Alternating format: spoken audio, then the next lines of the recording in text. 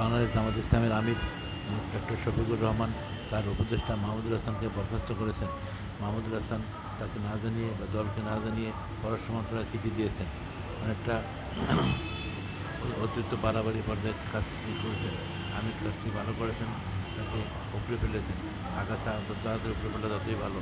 অথবা এই লোক দেখা যাচ্ছে সরকারের সাথে অনেক বড় ডিল করে ফেলতেন বা অনেক বড় রাষ্ট্রীয় ঝামেলা লাগিয়ে দিতেন, অথবা জামাত দলকে কোথাও না কোথাও নাজেহাল করে ফেলতেন। এই ধরনের বাড়াবাড়ি করার লোক, আগ বাড়িয়ে চলাবার লোক খুবই খারাপ।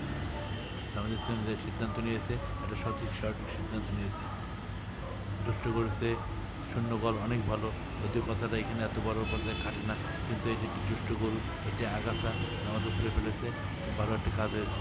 আসসালামু আলাইকুম, সবাই ভালো থাকবেন। আমার চ্যানেলটি ভালো সাবস্ক্রাইব করার জন্য অনুরোধ রইল।